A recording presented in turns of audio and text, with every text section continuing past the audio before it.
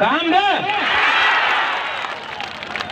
आज खुमुलुंग में बुबागरा यहां में आया है।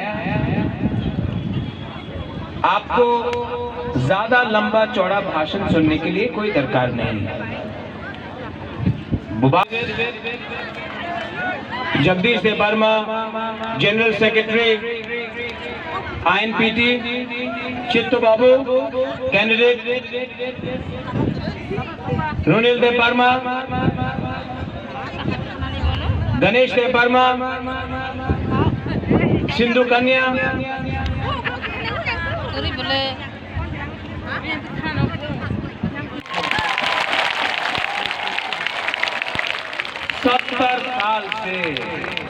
70 साल से तिपरासा का ढांचा तोड़ा गया है।